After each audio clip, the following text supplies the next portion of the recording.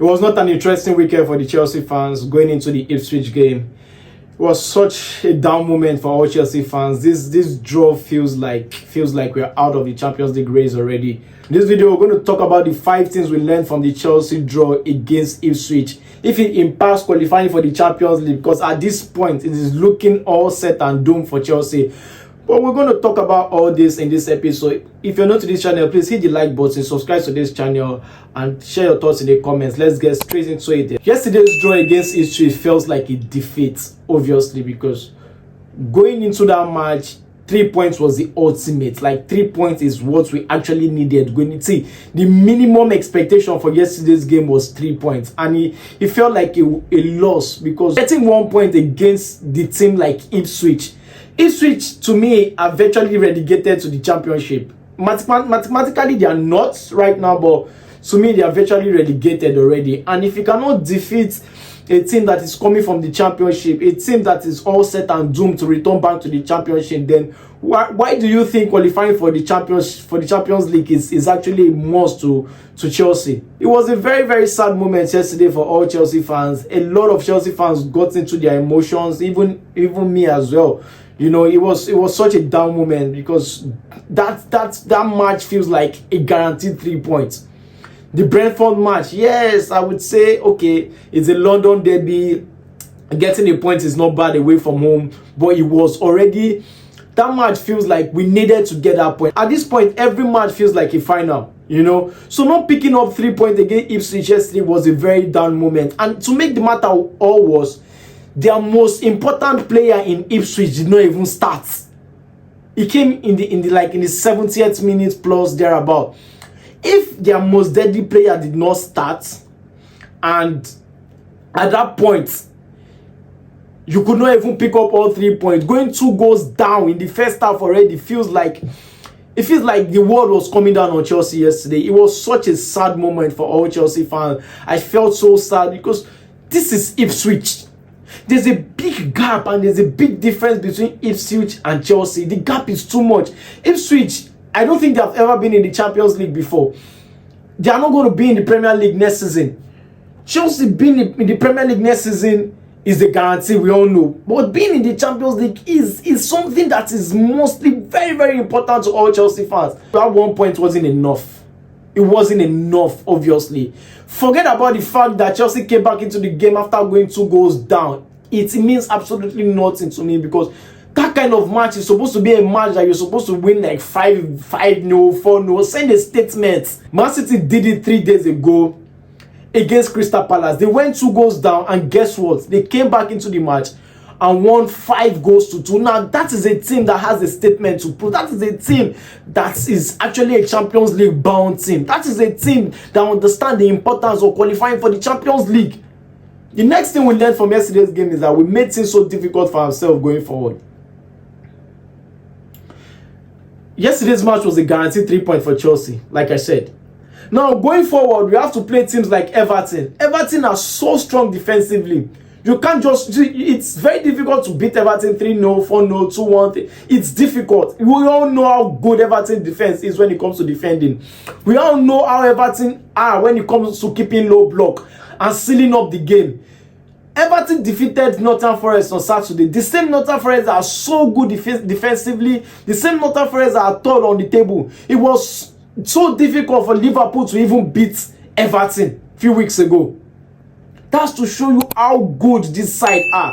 They might not care about winning, no. They might just be there to just spoil things for you. And they are all concerned about either drawing or winning. They are not about losing this time around. So Everton is a very difficult fixture. And over the years, it has been proven that Chelsea defeating Everton home and away is always a tough one. It's always a tough one. It is a very difficult game. We're going to go play Fulham away. And this is a London derby. The same Fulham that it was difficult for Liverpool to defeat. The same Fulham that are so strong at home. The same Fulham that it is hard for them to draw point at home. How do we go away? And you know, Fulham and Chelsea are just a stone throw away. Chelsea is actually in Fulham. So it is very difficult for you to go over to their ground and pick up a victory. We are still going to play Newcastle. Newcastle are a high-flying side. They are actually competing against us for the top 4 or for the top 5. How do we defeat Newcastle? The same Newcastle that defeated Manchester United yesterday 4-1. Manchester United 4-1. The same Newcastle that defeated Liverpool to pick up the Carabao Cup. So we have made things difficult for ourselves going forward. Another thing we learned from yesterday's game was our defense has been so bad. Our defense has been so poor. Our defense have been leaking goals for fun. And that's up to Maresca, because you change the pair over and over and over again. There's actually no understanding.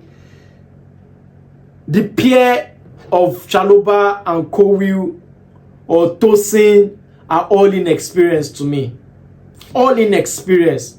That is what we see. There's something called experience that solidifies the defense. And that is what Thiago Silva gave to us for 4 years. I'm not telling you go get the Thiago Silva kind of 36, 35, 40 years old kind of player. No. What I'm crying out as a Chelsea fan is get an experience in defense. 2 attacks from Ipswich gave them 2 goals. And you feel this kind of defense will do well in the Champions League? You think this kind of defense will take you into the Champions League? The defense that's leaking goals for fun. The defense that is so hard to keep clean sheets. Only defender I know that, oh yes, he can still hold his own against the best up there is Fofana. And he's never available. And he's always injured. And it's so sad to the point that Maresca started Chalobah at the right back. Your 2 right backs, your 2 natural right backs are not injured. They're actually not injured. One playing in midweek. Both of them played in midweek against Lega Warsaw. Reece James was one of the best players in midfield during the week. One of the best players in midfield. So why not play him in his rightful position? Gusto was available in midweek. He played in Lega Warsaw game. He played in Brentford game. So why didn't you start them in their rightful position? And this is one of the things I usually talk about Enzo Maresca. He does things sometimes that makes me wonder, is this actually an elite coach? Is this the kind of coach we need going forward? Yes, during the start of the season, he was good. Things was good. But what is really wrong with this guy? What is really wrong with Maresca? Why does he keep players out of position? What was the need? What was the need of playing Chalobah at right back yesterday? What was the need for that? Sometimes it baffles me when I think about who is his assistants, who are those people around him. Can't they advise him when he's doing the wrong things? Against Brentford, he played Reece James at left back. That's how sometimes I feel Maresca has a whole lot to learn. I think he didn't really finish his IT. I think he needs to go back and learn a lot from Guardiola, because this is not the kind of bargain Chelsea fans want.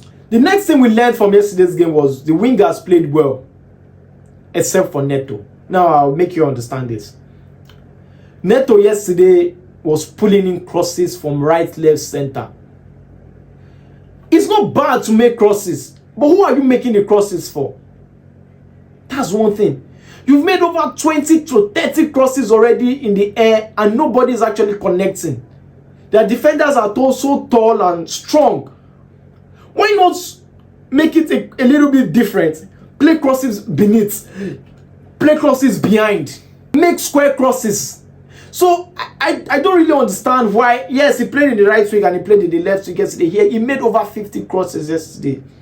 But there was actually nobody connecting. If the coach didn't tell you that, come, the crosses you're making right now are not going anywhere. Are you not supposed to think as a player that, man, these crosses are not picking up my number 9? What am I supposed to do?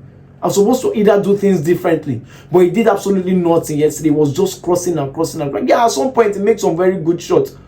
But those crosses yesterday were so annoying. And there was no striker connecting those crosses. Nicholas Jackson, at that point, I don't see. At this point, if Chelsea doesn't go into the summer and break the bank for a good striker at this point, I don't know what else to say. I spoke about Victor Osimhen in my last video. I spoke about what his attributes are. Please do well to check that out. What his attributes are, what it brings to the game. So many crosses yesterday, but there was no conversion at all. See, it's going to make me the vex. Like, what was Neto doing? What was Maresca doing? Maresca would have told Neto, see, these crosses are not going. Put the crosses on the ground, man. Put the crosses on the ground. Make something different. Do something different yesterday. And that is why I keep talking about a striker. Out of all the crosses that was played yesterday, we had so many chances that was created yesterday, but there was no conversion. And this boils down to the striker. It boils down to the striker. You had so many chances yesterday. Your runs were so poor. You were not present in the box. You are being bullied in the air. You are being bullied on ground duels. How can you as a striker not get a goal in 12 to 13 games? Yes, you went on an injury for like 2 months, but you are back and you're still not scored after how many games? Even before you went on an injury, you went on a 10-goal drought. So Chelsea needs a striker. That's the main thing right now. Chelsea needs a striker in the summer. But first, we need to qualify for the Champions League. It is very important. I don't know how Maresca wants to do this. It has shown that Maresca has no plan B. If plan A is not working, Maresca has no plan B. And that is one of the things we learned yesterday. Maresca just stand on the touchline looking like this. There's absolutely nothing he's telling his players. No instructions, nothing. You will see a coach that actually needs winning. He would be, saying things. He would be very vocal. He would know from his countenance that this guy actually wants to win. You will know that this guy he has something to prove. You will know that this guy has something upstairs. He was so calm on the touchline doing nothing. No instruction was passed. No urgency from you as a coach. Nothing. Absolutely nothing was coming out yesterday from the touchline. Look at Newcastle. If Eddie O is not saying something, Jason Tyndall is saying something. You will know that there's actually people on the bench that wants winning. So yesterday, I don't know where Maresca has actually gotten it all wrong. I just hope Chelsea turn things around and will pick up points that will actually qualify us for the Champions, because we are making it get so difficult for ourselves. Please, what do you think about the 5 points I've mentioned today? What do you think about yesterday's draw against Ipswich? Please share your thoughts in the comments. Hit the like button. Share this video until I come away again next time. And please don't forget to subscribe. I remain your boy Mike Way. Stay cool.